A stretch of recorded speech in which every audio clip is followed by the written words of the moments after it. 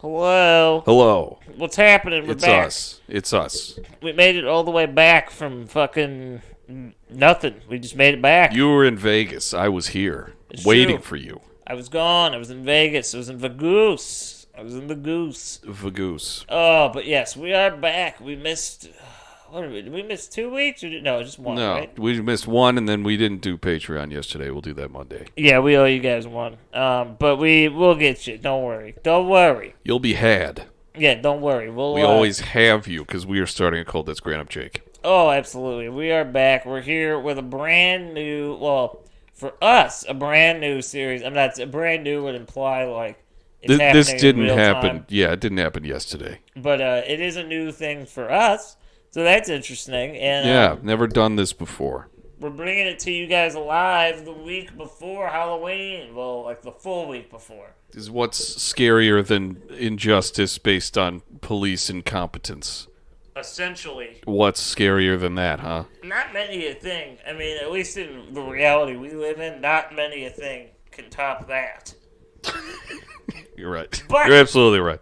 Oh, it feels right. Feels normal. We're here. We're back. Yep. Everything's going as it should. Everything's Halloween time. I saw Terrifier 2 recently. Insane. Excellent. Very I gotta find a way insane to see kills.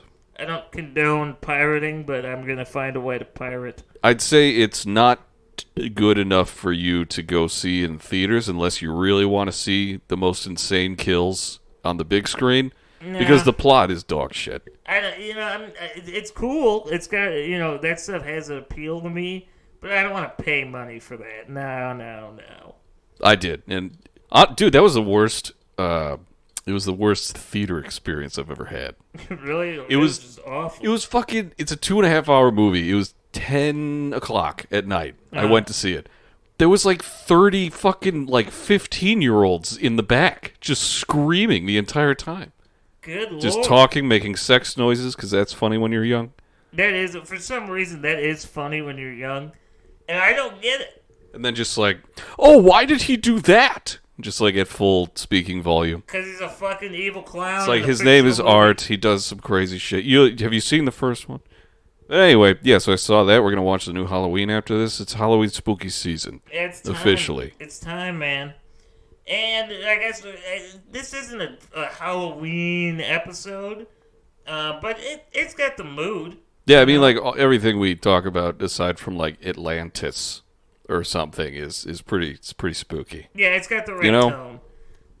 So without further ado, why don't we just jump right in? Yeah, the West Memphis 3. That's the episode. It's going to be part 1, because this is a long story. Oh, yeah, it's a very long story. Got some heft on the bones. So, the story of the West Memphis 3, it begins with the tragic murders of 3 young boys.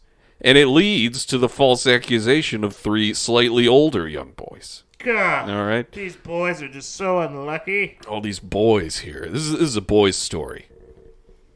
All this is stories for you, boys. Stories for you. This is for the boys.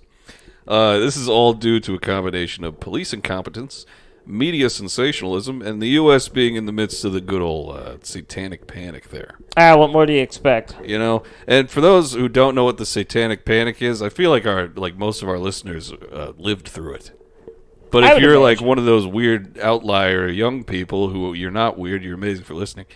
The Satanic Panic was in the late 80s, mid or early 90s, and it was basically when everyone was afraid of the devil. Everyone was afraid of the devil.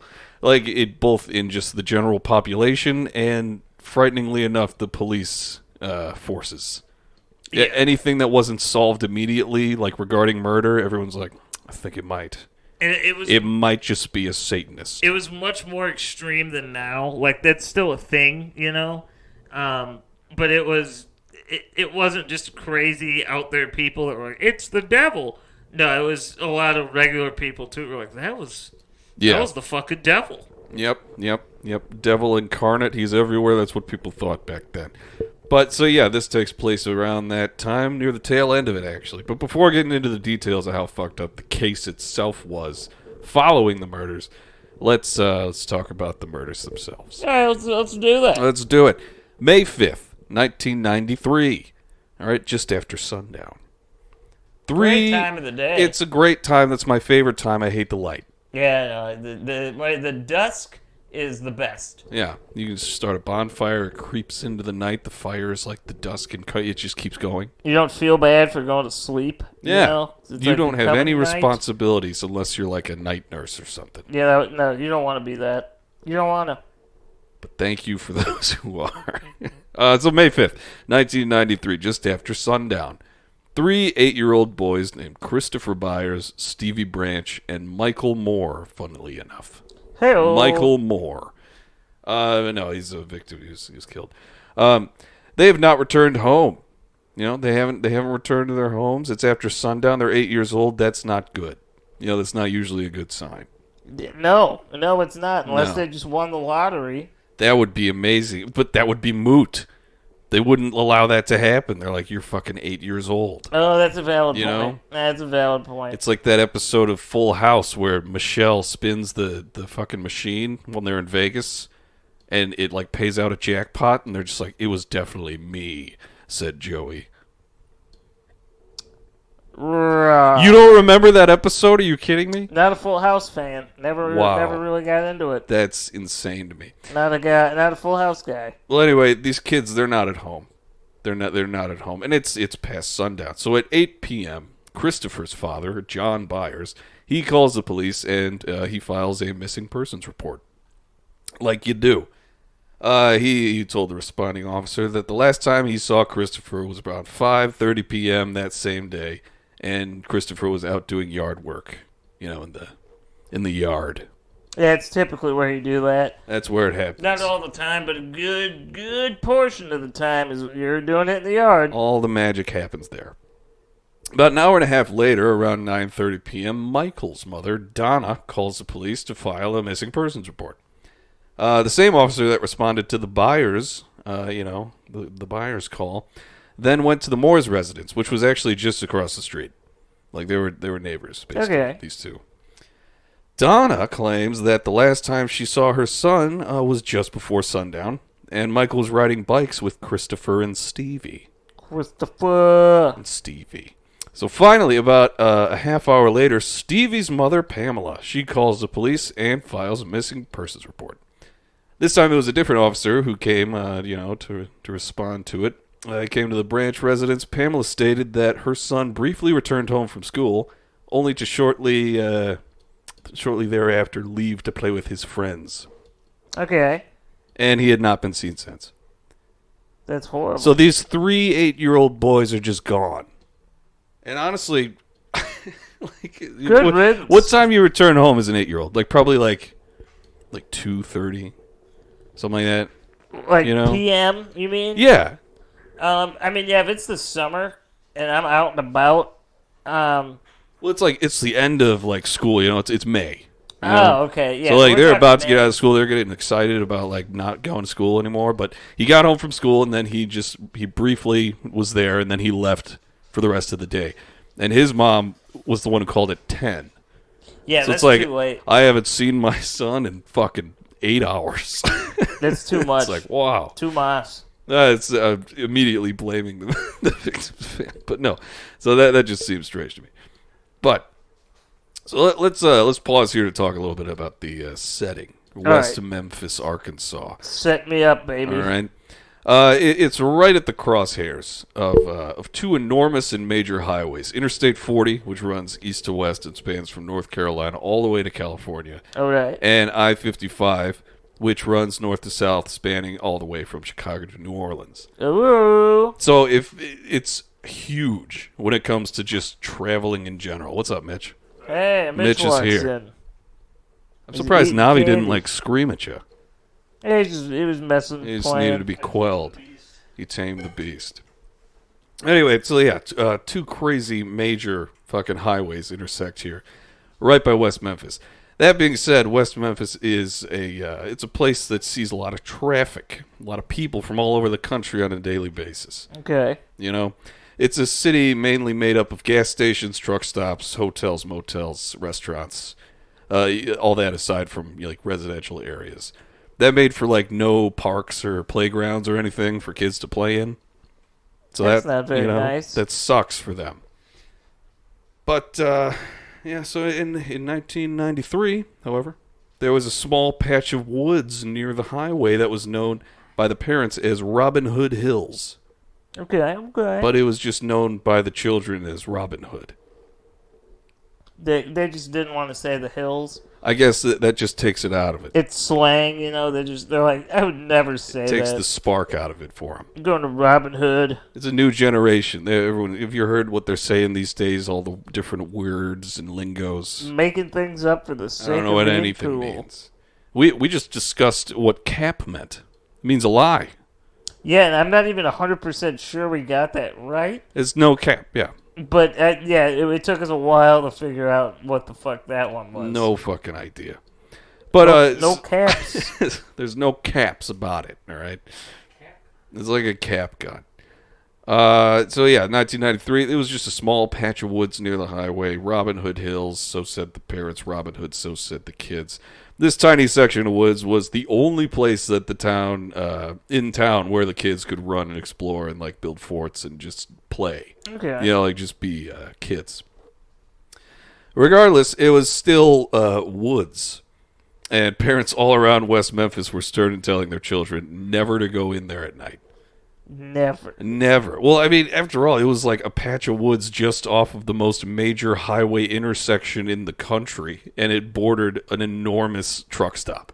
Okay, valid. So, it's like you're going to get lot lizards, you're going to get vagrants, you're going to get anything from anywhere around the country. It could be there. So parents were mostly worried about vagrants. All the and, bad news stuff. Punk teens and stuff. Yeah. Ew. All right, so on this night, all right, let's get back to the night. On this night, May 5th, 1993, it had just rained recently. All right, so it was about an inch. Pretty wet around the Robin Hood Hills. They were notorious for flooding quickly and easily, these woods. Oh, okay. All right, a channel known as the 10-Mile Bayou Diversion Ditch that ran through the woods diverted river water from the Mississippi River, but the water couldn't be drained from the woods because of all the levees around it. So it was just like more often than not a very damp and mosquito-infested area in the warmer months. Okay. And today was no exception. No, it wasn't. All right, it was 73 degrees that night and hotter during the day. So Robin Hood Hills was full of basically like clouds of mosquitoes. That just, it makes you uncomfortable. It's just malaria or whatever the fuck you get from that. Oh. Dude, I'm so glad all the mosquitoes are about to fucking die.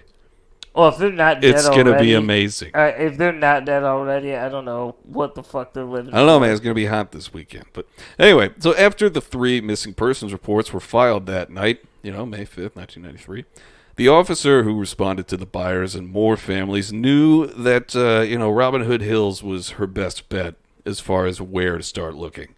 It's like, you think kids in West Memphis, you think that the fucking Robin Hood Hills. Okay, that's where she's going to be going. So she made her way there, only to quickly give up the solo nighttime search after being immediately overwhelmed by the bugs.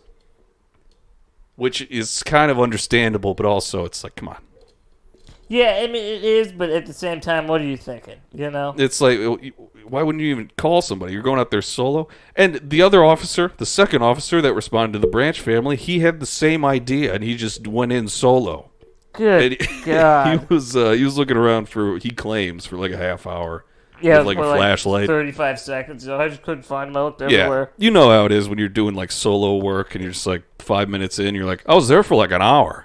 I swear, I was going hard at it, but it just nothing. Nothing came of it. Yeah. So he was in there for supposedly a half hour with a flashlight, then to be overwhelmed by bugs. All right, too many mosquitoes. Too many. One of them is too many. No, it's true. They all suck. They're sucking. Aside from these 2 officers doing little to no searching for the missing boys, the night of May 5th, 1993, no other police activity regarding the case would occur until the next morning. Oh, okay. Which, it's not that late at night. I feel like if they were taken, whatever was going to transpire was probably still in the process of transpiring, so maybe, like, the night shift dudes should get on this. I mean, yeah, I hate to cast stones, but you think he'd get on that shit right away. Like three children are gone. It'd make your job They're a gone? hell of a lot easier, too, if you don't wait. If you just do it. Probably, yeah. But who knows? I mean, who knows? I'm not a cop. I know. I'm not I a cop. know. I don't know, man. But anyway, so yeah, nothing else happened until the next morning. So the next day, all right, a search party of over 50 policemen that was then added to by citizens who wanted to help. They got to work searching for the boys. Okay. Pretty early in the morning, like 7, 8. The entire town was searching, but the most attention was being focused on Robin Hood Hills because everyone's like, kids, they love this fucking patch of woods. They love it there. They love it in there. They crave Robin Hood Hills. The entire... No, it's just Robin Hood. I'm sorry, I'm not hip with the lingo. You gotta be. You gotta right. fit in with the cool kids. I could never. All right? The entire wooded area was roughly like 4 acres. And it was combed over like so many fucking times. Really? All right? Like the police, they even gave it a few passes through, like just walking shoulder to shoulder the entire length of it. Damn. They could not find a single fucking thing. By noon, so it'd been going on for like 4 or 5 hours. They'd combed this 4-acre area. By noon, folks began abandoning the woods to search elsewhere. Okay. All but one man named Steve Jones. Steve Jobs. The blandest ass fucking name on the planet. That is like a fake fucking name. Oh, my name's Steve Jones. Like, oh, really? Okay. Is your middle name William or something? Like, come on. No, it's Dave. Steve Dave Jones. Not even David. No. It's just Dave. It's Dave. They shortened it. We couldn't afford the ID. Oh, yeah. So everyone was leaving. Steve Jones, he stayed behind. He continued to search the woods for some time when he suddenly came across a laceless black child's tennis shoe. Uh-oh. Floating in a river. Uh-oh.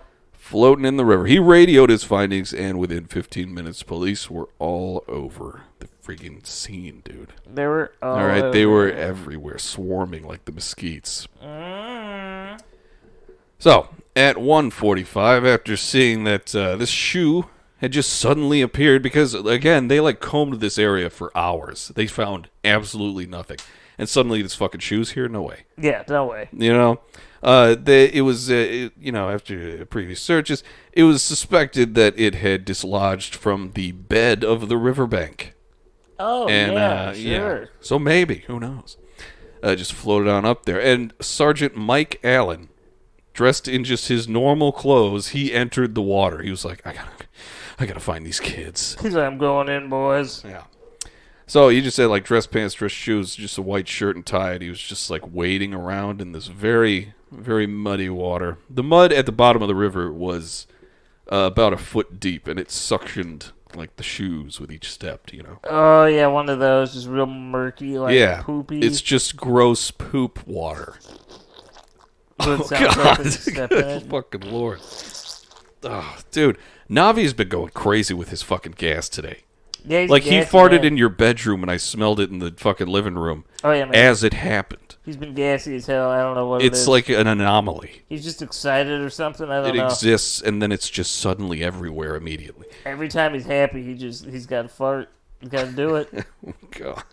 Can't hold it in, man. He's got to. Yeah. All right. So, yeah, there's a super suctiony mud. It didn't take long for Alan to feel something in the mud as he waded. Shoes. So he reached down and he released something. Shoes. From the suction of the muddy water, and what floats up but the body of young Michael Moore. Oh, God. Yeah, the body was nude and grotesquely positioned. So his left hand was tied to his right ankle and vice versa behind him, sort of making like a makeshift hog tie. Uh-huh. And he was tied with his own shoelaces. They were used to bind him. And he was covered in a bunch of small cuts and bruises, most of which were on his face. That's not good. So, yeah. Alan left the body floating where it had surfaced and continued to search the water. But before finding the more bodies, however, Alan came across multiple sticks. He found some sticks in the river, just shoved sideways into the mud of the riverbank. Okay, all right. For what reason? Oh, God. So when he removed them, it was found that each stick was used to sink a different article of the boy's clothing into the mud. Oh. It was a hiding tactic. Okay. At this point, Alan returns to the floating body to place it on the bank of the river because he said he just didn't feel right leaving it there. It just floating in the water. I mean, I guess it's kind of nice. It's a nice sentiment, but we'll get into why that fucking sucked that he did that. All right, so Stevie Branch, he was the next body to be discovered, much in the same manner. He just kind of floated to the top after being dislodged. He was found bound in the same manner that Michael was, hands and legs bound behind him, using his own shoelaces. Signs of physical abuse. But Stevie's face, in particular, seemed to have been mutilated in some way. It's speculated that the flesh from the left side of his face was bitten off. Bitten off? Bitten off. Oh. Yeah. Gross. I mean, it's getting worse. I don't know by an animal or a human, Mitch, but either way, if it was a human, wouldn't you say he's an animal? Yeah, would you not? Either way, his face was bitten. More sticks, they're finding all these sticks, and so more clothes. They're being discovered before the body of Christopher Byers was discovered. And this one was the most gruesome of the three by far. Okay, bring it on. So, I'm laughing because I'm nervous. All right, Christopher's body was tied and beaten in the same way that the other boys had been. But on top of that, Christopher's scrotum had been removed, and his penis was skinned. Oh, God. So that wasn't an animal, Mitch, I know. It could have been. The rare penis skinning porcupine. The penile skin porcupine. Not even like a fish or something. No, it's a porcupine. Porcupine's diving for penis. Well, so isn't that... You made me laugh at like the worst part. His scrotum had been removed. His penis was skinned. And the surrounding the mutilated genitalia were multiple deep stab wounds in his lower stomach and his legs, surrounding the area. So yeah, they found him. They found the missing boys. Okay. Well, they didn't find him the way they wanted to, but they. I guess, but I guess it's nice to know where they are. Fair point. Or just like, I don't know, what kind of gymnastics do you got to do mentally as a parent if your kid just disappears and you never find him? It's like he's probably a banker somewhere. It's like he got a job in Colorado. At a dispensary. He's what? constantly wearing Oakleys.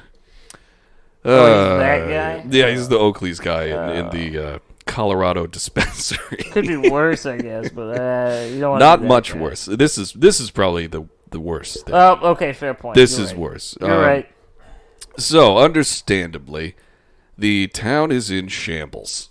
It's kind of hard for anyone to come to terms with the brutality of these murders, and inflicted upon 3 8-year-olds, no less. The age is a seller. It's a big thing. You can't kill kids. Shouldn't kill anyone, but kids especially. It's kind of like rape as well. You shouldn't do that either, but raping kids as well. It's like it's like a whole new level. The idea, just the added addition of a child being involved it just ups the ante on how terrible it is. Yeah, I would agree. All purity lost, Mitchell says. So, while police were doing their best to keep the details of the case close to the department, close to the chest, don't let it get out. They weren't doing a very good job, by the way. But the families, they were beyond devastated. It didn't stop the news outlets from trying to get statements from the grieving parents any chance they could get. Oh, yeah, absolutely. Yeah. Got to get that scoop, Give me the meat of the story, baby. What a hot scoop. So this was insensitive to say the least. But one good thing kind of came from it. It came from an emotional interview with the father of Christopher, Mike Byers. He mentioned at one point, on top of the immeasurable sorrow that all the families were dealing with, like they weren't very rich. Uh-huh. All right, they were poor, in fact. And he expressed, like, not only is this, like, the worst fucking day of my life, but I cannot afford a funeral for my kid. Yeah, like, I can't do it. That's even more rough. So, local church groups and other, like citizens of West Memphis, they scraped together $25,000. Damn, all right. For the families to help, put their young boys to rest. That's a nice gesture. Pretty nice. Sweet. Pretty nice.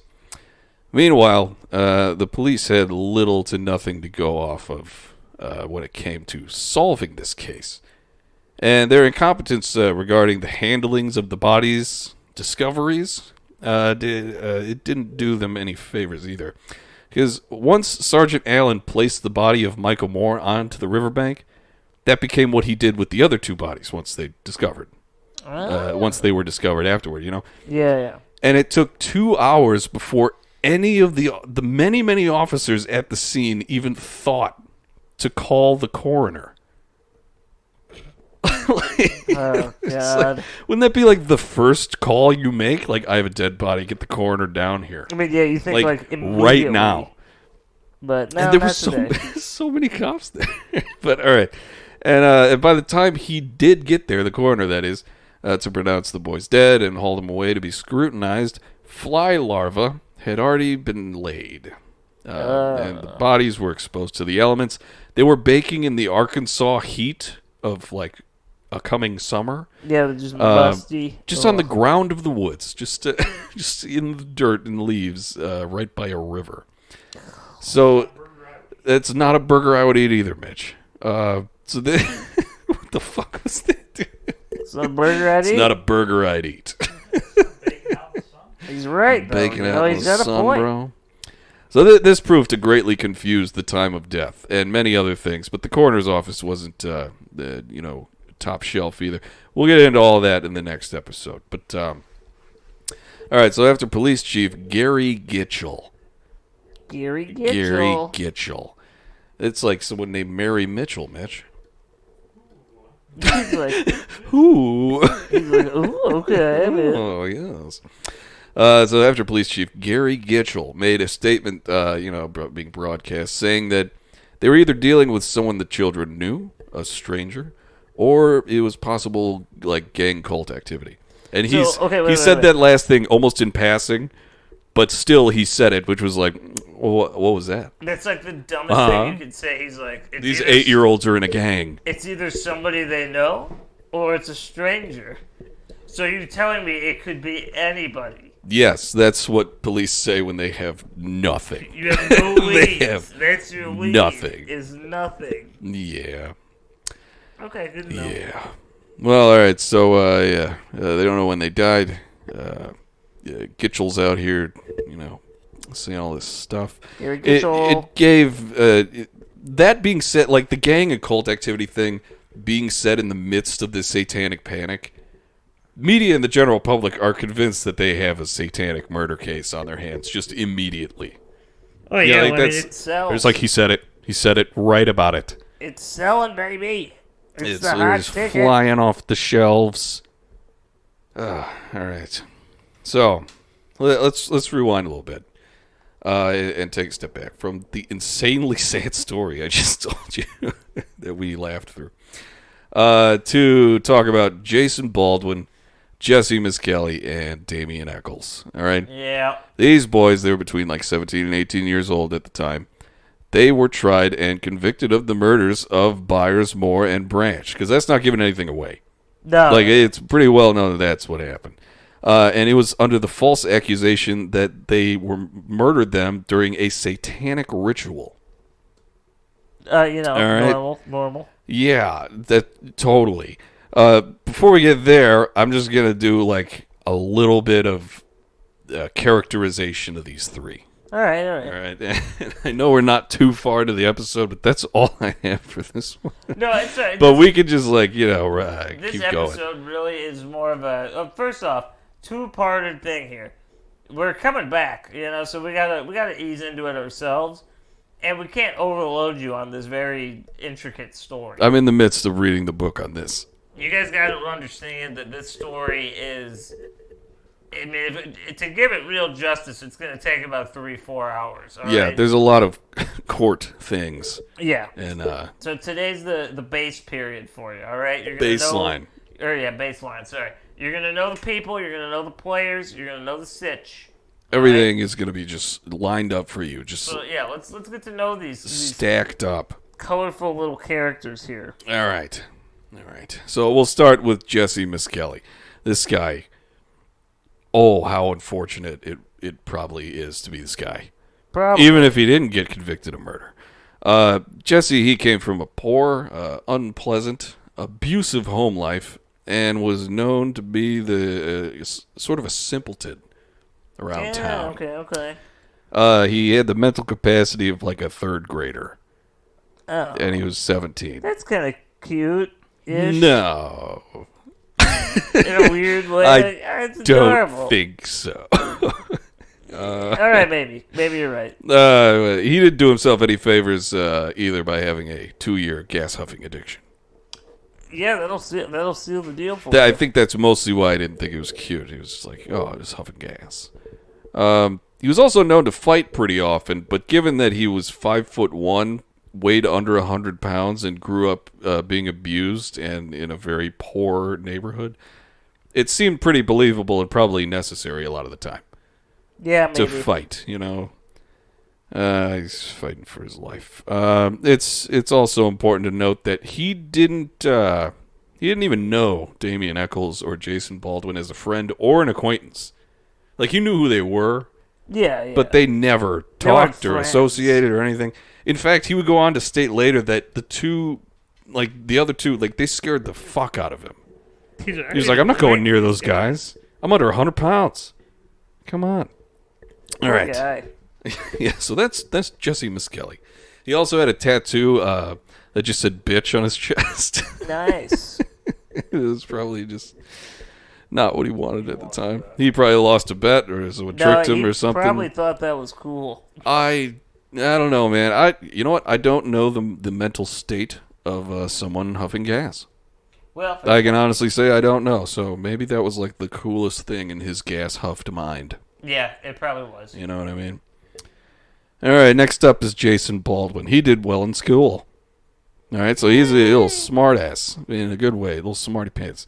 He had an excellent mullet. Beautiful mullet. Have you looked up pictures of this guy? Oh, yeah. No, he's stunning. I'll give breathtaking. Him that. The hair is strange nowadays, but boy, does he pull it off. I feel like it's coming back. They say it is. I see it around. I hear that all the time. It's in the crowd. Like when you see them in your neighborhood, it's like rent's about to go up, Ah, yeah. It's like that kind of crowd, Fuck that crowd. Yeah. All right. So, he kind of fell into the freaks category of freaks and geeks, if that was the category we were measuring it by. That's a fair assumption. All right. Yes. He always kind of reminded me of like the long-haired D&D dude from Stranger Things, the most recent season. Yeah. He's kind of like that type of guy. Okay. You know what I mean? He wore like Metallica and other heavy metal shirts, and he would like draw skulls and stuff everywhere. And people thought he was the devil. Yeah, apparently that was enough for in the town of West Memphis for kids by the time he was in 6th grade. They were just calling him a Satanist. He's like, okay. So he just had long hair and a Metallica shirt. They're like, you're a fucking devil worshiper. No. But he was also best friends with the next young man that we're going to talk about, Damien Eccles. So Damien and Jason, they were just like that, You can't see it, Mitch. They were like that. All right, he understands. All right. He had crossed fingers. So Damien Eccles was the poorest of the 3 boys by far, because they were all poor. They were all just like living in the trailer parks. Yeah. All 3 boys, they lived in the trailer parks, but at the time of the conviction, But that was the nicest home that Damien and his family ever had. Really? All right, because before that, they were living in like dirt floor shacks without plumbing in the middle of farmland that would regularly be like crop dusted with pesticides and shit. And so that was before the trailer. So this was like a fucking mansion to him. Because of all the pesticides and stuff, Damien suffered from bronchitis and asthma all his life. I mean, if that's all you're coming away with, then that's a win. Yeah, honestly. His home life was also rather abusive as well. From these, destitute and sad beginnings, Damien grew up to be kind of an understandably troubled kid. Yeah. He had his issues, one might say. But it makes sense. It's not like a shock. You're like, okay, yeah, it's like, how could this have happened? Nah, he makes sense. He fits the bill. He became a moody goth kid with a big mouth. Though the goth aspect mostly came from the fact that a girl once told him that he looked cute when he wore black. So had that not happened, he'd have just been like a normal, broody teenage boy with a big mouth. But it did happen, so he was dubbed goth. Yeah, he fit that bill. Which is, I feel like that's just how it happens most of the time. Yeah, you get a compliment, you're like, they can't be the only one that feels that way, so let's just keep doing it. Yeah. Why not? You get a compliment, you're going to I'm going to make that who I am. I'm going to play into this. He did. He played into it hardcore. Oh, yeah, he lived up to that title. He very much did. So he used to, powder his face white sometimes and, wear little sunglasses and wear a long black trench coat. Basically Morpheus. I was just going to say he wanted to be Morpheus. He was cosplaying Morpheus. Before he even knew what that was. Yeah. He's like, he set the table for Morpheus, man. When did the movie Underworld come out? It couldn't have been. Underworld? It had to be 2000, the early 2000s. I was going to say, it has to be 2002, maybe 3. So I was like, maybe he got it from there, or maybe they got it from him. Yeah, they got it from him for sure. Wow. Because, because another thing that he would tell people, or just something he would tell people, is that he was like, I drink blood. He's a lycanthrope. Yeah, it was pretty much just other kids, and they were like, oh my god. Oh no, that Damien. Yeah, so he had the reputation of a kid who drinks blood at school. Cool reputation and not have. He was just a kid who liked to freak out the squares, is what it is, basically. So he he also read a lot, all right? Okay. He read anything he could get his hands on because, if you're living in a dirt shack with no plumbing or probably electricity, I would imagine you're going to try to find some sort of escape, and his was books. Books are amazing. So from his readings, he decided to become, he decided to start worshiping a female goddess. Ooh. For whom he got a shitty homemade tattoo of the feminine symbol. Okay. So it's all coming together. He's that kind of kid at your high school. Everyone has that kid. Oh, yeah. He's sort of an edgelord. He's just got a big mouth, but he's fine. Yeah, he's probably pretty It's nice. Oh, it's just him. It's fine. I say nice, but he's probably just not rude, just like a regular guy. Yeah, he's just oh, we're going to do this? Okay, fine. Yeah. He was just ready for whatever. That's the feeling I get about him. Yeah. All this being said, he was the only one of the 3 accused boys that had a record. Ooh. All right, want to hear about that? Let's see what he did. One day, Damien and a girlfriend of his, and it was kind of complicated with this girlfriend because, they were together, and then she left Damien for, another guy, and then Damien was like, I'm going to kill that guy. And he never did, but he was threatening him and stuff. Uh-huh. And then, eventually, this happened. Damien and the girlfriend, they decided that they were going to run away together. Strange series of events. I mean, it's cute, but, I guess. Kind of. And they're trying to make it all romantic by, they made this, crazy, stupid, very teenage promise that, if our parents get involved and try to separate us, we'll kill ourselves. A suicide pact on if your parents fucking say something. Slightly extreme. Slightly extreme. They weren't going to do I don't recommend that. They never went through with it, nor do I think that they were planning to. No. It got them laid. It's just something goth people say. Anyway, that night, the night that they planned to leave, it began to rain once they had set off, and neither Damien nor his girlfriend had a car. So they took shelter in an abandoned trailer for the night. They didn't make it very far. They did not even out of the trailer park, it sounds like. But the girlfriend's mother, she called the cops, naturally, and the kids were eventually found by police making out in the abandoned trailer. And because they didn't own the property, and they were making out, strangely enough, not a B&E. Burglary is what they were charged with, and sexual misconduct. That's kind of silly. Which is kind of confusing. Maybe it was because Damien was 18. Maybe the girl was like 17 or something. Well, maybe. And he's also like the poorest guy in town, so the police are like, let's just do whatever. Let's just fucking slap it on Let's get this guy for no reason. Pretty much. Oh, well, fuck it. It's like smack him around. So yeah, anyway, the two were charged with burglary and sexual misconduct. And this is where Jerry Driver comes into the picture. Baby Driver. Baby Jerry Driver. Driver, he was one of the extreme versions of most cops around this time period. One who thought, like any murder, like I said at the beginning, any murder that wasn't immediately solved, it was the doings of Satanists. The devil. There's like it was probably the Satanist. The devil is purveying through this town. Pervasive. He is among us. Yep. But Driver, he wasn't even a cop.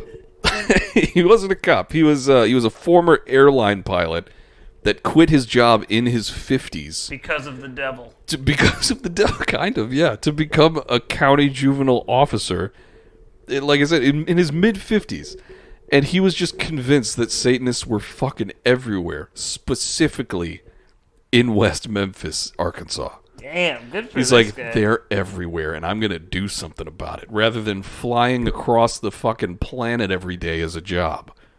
It sounds fun to be a pilot. I would not be able to do it, because it's like, but I don't know, man. He's just trying to save humanity. Well, so he thinks. Thinks. He also had, like, sort of a sidekick. When it came to like his insane satanic fear. Was it God? That would have been a way cooler sidekick to have. It was Bobo the dog. Can you imagine God being the Robin to your Batman? That would be pretty tight. How crazy would that be? He's like, just let it go, buddy. I'm taking the back seat here. No, we have to get him. It's like, God, settle down. Relax. We got this. It's all right. He even had a sort of sidekick, He bought into everything satanic that he was talking about. Jerry Driver, that is. He was like spouting all this shit to him. And that guy's name was Steve Jones. Oh, Steve Jones. Steve Jones. If you don't remember, Steve Jones is the one who discovered the black laceless tennis shoe at the scene of the crime. Yeah, Steve Jobs. Steve Jones. Steve Jones. He's finding shoes. Now, all of that stuff with Damien, like being charged with burglary and sexual misconduct, that occurred before the murders, okay? Yeah. That was his record. And so, like, he's a pretty dude. He's worshiping, like, all these crazy, like, weird things that aren't God. And it's like a goddess. He's getting tattoos. He's, like, edgy. He's saying he drinks blood. He's wearing all black. And who else is Damien's fucking juvenile officer but Jerry Driver? Oh, bad time, bad combination. Jerry is not going to like the cut of this guy's jib, and he does not. Jerry... All right? He hates him. Jerry is visibly and physically afraid of your tattoos. Yeah. All right, so all the pieces for the story are set, and the insane manipulation and incompetence to come will be where we pick up next week. Yes. So I do think that this was a nice landing zone for the episode. Yeah, you got 3 dead young boys. You got some extra story after. And you can kind of see where at least it's supposed to go, Yeah, I mean, you know what happens, but all the details of how we get there and all that shit, it's wild. Yeah, dude, the book I'm reading, The Devil's Knot, it's very good. Really? Kind of paints people in Arkansas as hicks more than I think it should, but probably. It's very informational. So this is one of those stories that you might be. If you're unfamiliar with this, you're probably looking at what we're talking about, and you're like, well, this is weird. They already said, what happened, who got in trouble for it. If you couldn't piece it together, there's a lot more that's going to unfold with this. The insanity of the story lies in how they came to be convicted. Yeah. Because there was little to nothing there. No, I wouldn't even say little. I would say absolutely There was absolutely nothing. Yeah, it was just like the times. It was satanic panic. Everyone had Satanists on the brain. And just, oh my God, just so much weird manipulation on the police's part. Like, in a weird way, it's sort of the anti-OJ, you know? It really is. There was no evidence. Yeah. There was no evidence, but it was still believed. It's the anti-OJ is what's going on here. It's really what it is. That has to be the name of the episode. Anti-OJ. Anti-OJ. It's spelled A-U-N-T-I-E, as in like your hand. I'm just picturing OJ in that like fucking. What was that interview? Where he's like, "This was his idea of a joke," and they opened a door and he like pretended to choke him. I'm just picturing that, but he just has a nice wig on.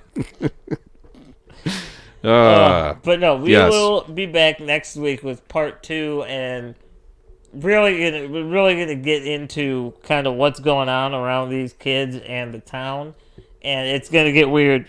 It's gonna get weird, guys. It's gonna get weird. It's gonna get bad. You're gonna want to be goth. Probably. I guess. No, well, maybe you won't. I don't know. After you hear this, you're not gonna want to. Just like be yourself, and hopefully you don't get wrongfully accused of murder for your personality. Yeah, I mean that's all the best. That's never a good day when that happens. But I love you guys. Yeah, no, me too. I think that might be the end of the episode. I think it is. That's effectively our episode for the week. A nice little toe tip. You know, we're just gonna toe tip. Yeah, we're just dipping it in, tipping it in the little tip of the toe right in the water, getting you guys back into the swing of things here. We're towing the line. You guys, we love you very much. We're glad you're sticking around, and we will be back next week. No, it's true. The Friday before Halloween. Yeah, and speaking of Halloween, we're going to go watch the fucking new one. Yeah, Here it's terrible. That's exactly what's going to happen. Here it's real bad. So the patrons, you'll get an earful. You'll know. Oh, we're going to be so angry. You'll know. But, yeah, so that's our episode. Welcome back after our break from doing this. Our vacation break. Our vacation break. There we go. So you can follow us on all the shit that's Grant. I'm Jake. We're starting a cult. All the shit involves Facebook, Instagram, Twitter, and we got Facebook, Instagram, and Twitter, and we have Facebook, Instagram, and Twitter again. And we have Twitter, Instagram, and Facebook. If you just want to go on any of those. Also, there's an email, startacult@gmail.com. There's a TikTok, wasac_pod. We've been getting some follows on there. It's pretty fun. Pretty fun. They're not even all bots. Not every single one of them. Most of them, though. But also, we're on YouTube. We have a Patreon link down below. You can get extra content twice a month from us. All right, for giving us anything. You can. You can. And then, again, that's Grant. I'm Jake. Mitch was here. And he walked in halfway through. That is true. It was awesome. Love you guys. All right, goodbye. Thank you.